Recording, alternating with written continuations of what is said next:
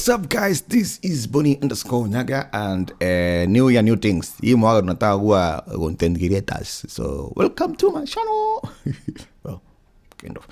Anyway, so on this particular episode, this is a recording I did on BEATZ Africa. So BEATZ Africa is a show on 3FM. 3FM is a radio station in Ghana, which I usually do like every week.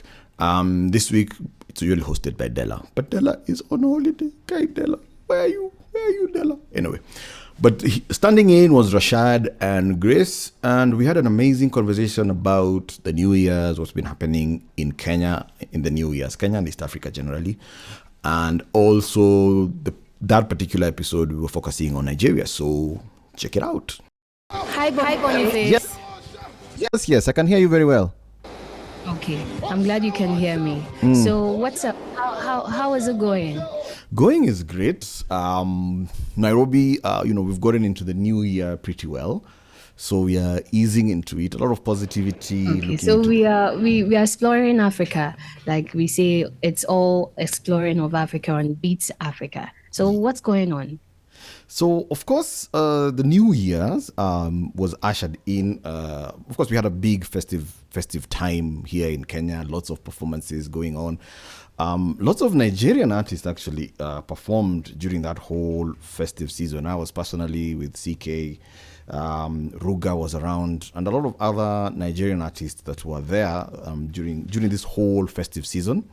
So it's been a lot of fun. But of course, I don't think there's anybody who has had a New Year's, celebration like Dubai, because they had 6 days of fireworks. Can you imagine that? Closer to home, we had the murder of Edwin Chiloba, who's a fashionista and LGBT, Q activist, just a few days ago. And it's news that really, really shocked the whole world, because immediately when he was killed, everybody thought it was homophobia and all that stuff. So a lot of local activists came out to condemn it. We even had Sam Smith, who posted on his social media saying, this is not good. Why is he being killed for hate crime? But then it came out that actually it wasn't a hate crime. It was his lover who had killed him. So it's been a very huge story that has captured the whole world. Funny face, how are you? It's Rashad McCrory. Hi. Listen, I'm doing well. What area in Kenya did this take place? In Nairobi, Mombasa? Where in Nairobi did this event take place? So it happened in Eldoret, which is that's like a county towards the west side. And okay. What was gruesome about it was even how it was done, because literally his body was dumped in a box.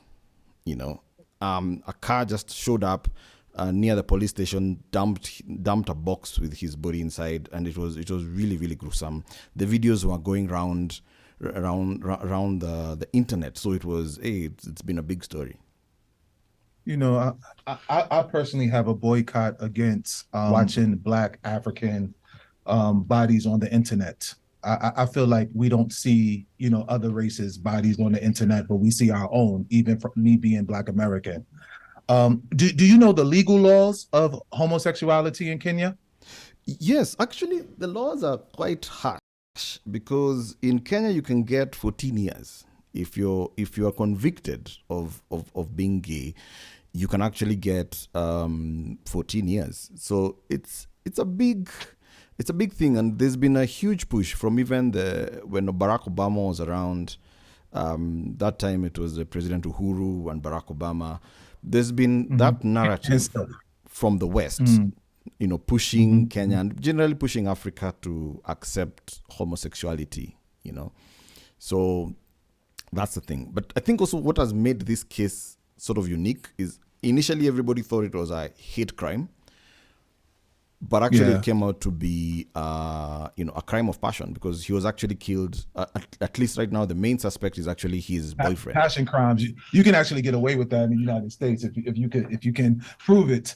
Bonnie, let's move on to another story. You know, I don't want to get too depressed. I'm happy to be on 3FM 92.7. I'm sure as many of our listeners are. Very true. Please tell us more about Kenya. Yeah. So Kenya, a lot happening, in Kenya. Of course, right now, especially in the entertainment scene, things have sort of calmed down because usually what happens is over the Christmas period, a lot of activities happen. Right now, things have calmed down. But one of the things that interesting news actually coming out from last year was this trend of clout chasing, where celebrities will do anything for fame, Yeah. One of our socialites called Vera Sidika, well, how do I put it diplomatically? She's known to have great sitting assets, Oh, She has sizable sitting assets, And then she came out and said, she's losing her behind because apparently there was a medical thing which she had done to increase her assets, and then that medical thing went wrong. So she did photos of herself, having lost her behind, and it caused a huge uproar. Especially a lot of ladies were happy because they're like, you've been boasting with your behind all these years. You've been boasting with your nyash, and now it's gone. What talent do you have now? Then the twist, let me tell you the worst twist that came. Turns out that whole thing was fabricated. There was nothing wrong with her nyash. Her nyash had gone nowhere. She was just releasing a song. And so she knew the only way you'll pay attention to her new song is if she raises this fake story about her nyash. You guys are talking about that. Then after that, now she drops her song. Oh, wow. So, what differences do you know about the Kenyan music scene and the Nigerian music scene and the Ghana music scene?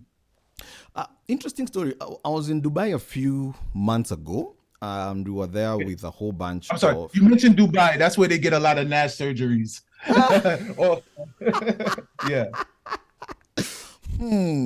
Be careful. We might be advertising for someone. All of a sudden, you'll see flights from Africa to Dubai going high. New sponsorship. Yeah. Okay. Nash. Increase your Nash. So I was in Dubai with a whole bunch of African entertainment media personalities, and we did a small test where and these were guys who've been in entertainment journalism for more than 10 years. So we had guys from Nigeria, we had guys from Uganda, Tanzania, and I asked them, name 5 artists from Kenya. They were unable. Name 5 artists from Rwanda, from Ghana, from at least Ghana they named 1 or 2. Name 20 artists from Nigeria. Oh, the list came out. Pop. Yeah. So you'll find Nigerians have an amazing culture. And I think there's a conversation Trevoh Noah had with Burna Boy on his show. Well, before he left his show, before Trevoh Noah left his show. And there's something Burna Boy said, that Nigerians, one, they support their own.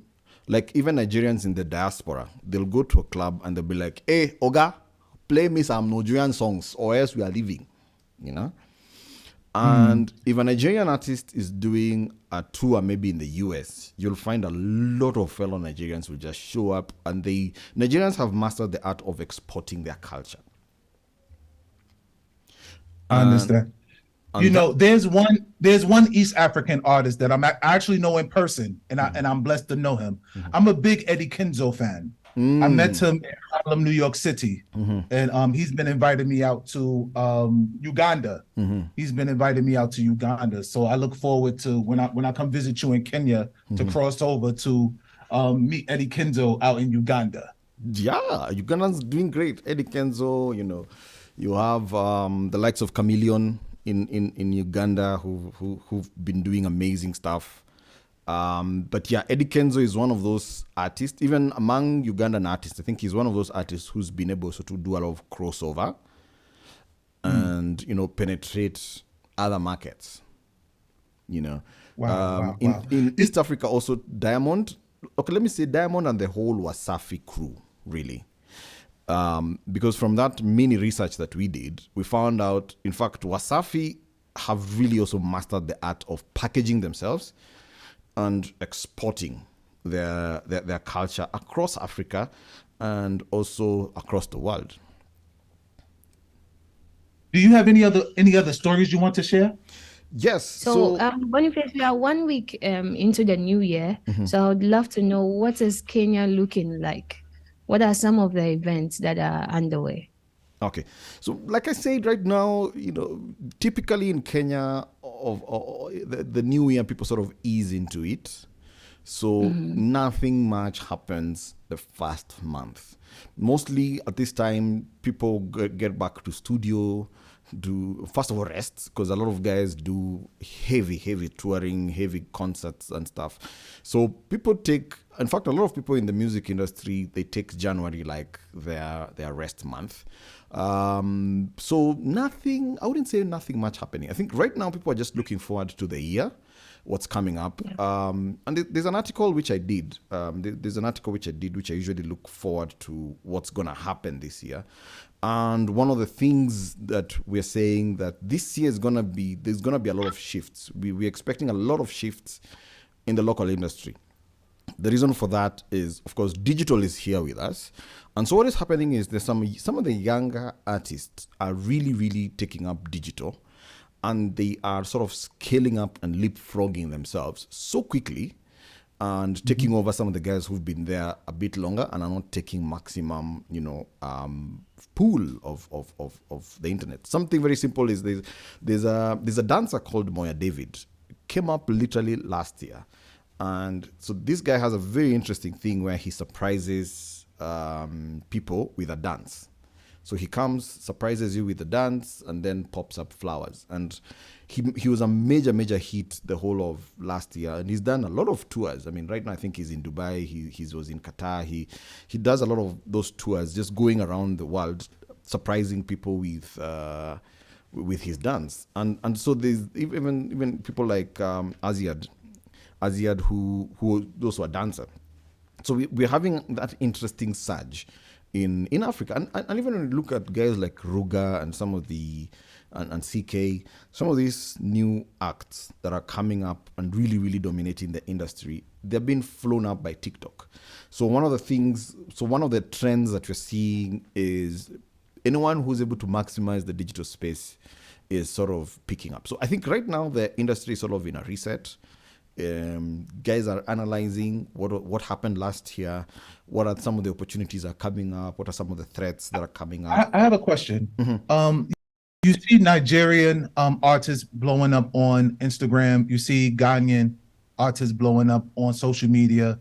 Is Kenya getting that same? I know you spoke about it a little bit, but is Kenya really starting to break in? It seems like West Africa has broken into, respect when it comes to Instagram, TikTok, but East Africa is still, I'm talking about verification and on a mass level as far as respect and exposure. Do Kenya artists feel like, okay, we're popular in Kenya, but through social media, are we going global? Are we globally recognized? Yeah.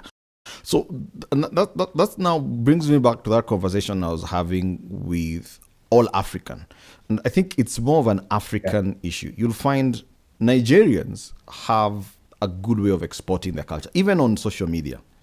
They're more aggressive in terms of doing tours. Like just the other day, Yemi Alade was in town doing media tours.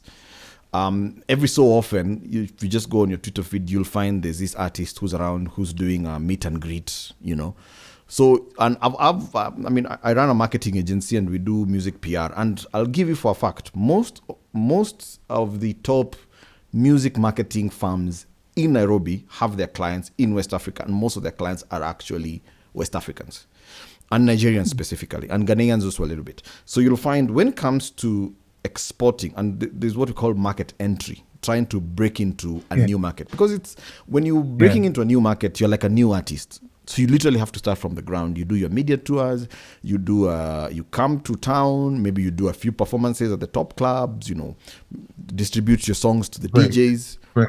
That groundwork, that footwork.